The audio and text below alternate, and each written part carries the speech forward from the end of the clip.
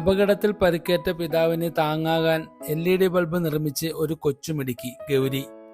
മാതൃസ്നേഹം നഷ്ടപ്പെട്ട ആ പിഞ്ചോമനകൾ ഗൗരിയും ശരണ്യയും. അന്ന് തൊട്ടേ നന്മകളുടെ സ്നേഹം നിറഞ്ഞ ഒരുപാട് മനുഷ്യർ അവർക്കൊപ്പം ഉണ്ടായിരുന്നു.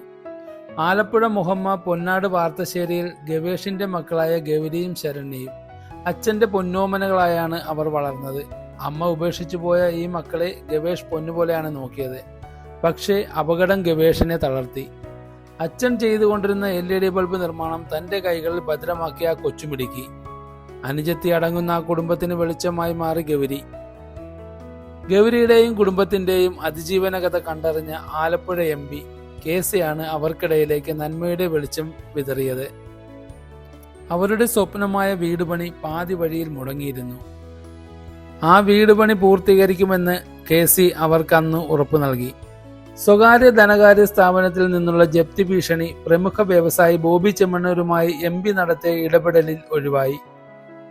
അന്ന് KC പറഞ്ഞിരുന്ന ആ വാക്ക് ഇന്ന് സാക്ഷാത്കരിച്ചു. ഇന്ന് ഗൗരിയുടെയും കുടുംബത്തിന്റെയും വീട് എന്ന സ്വപ്നം യാഥാർത്ഥ്യമാകുന്നു.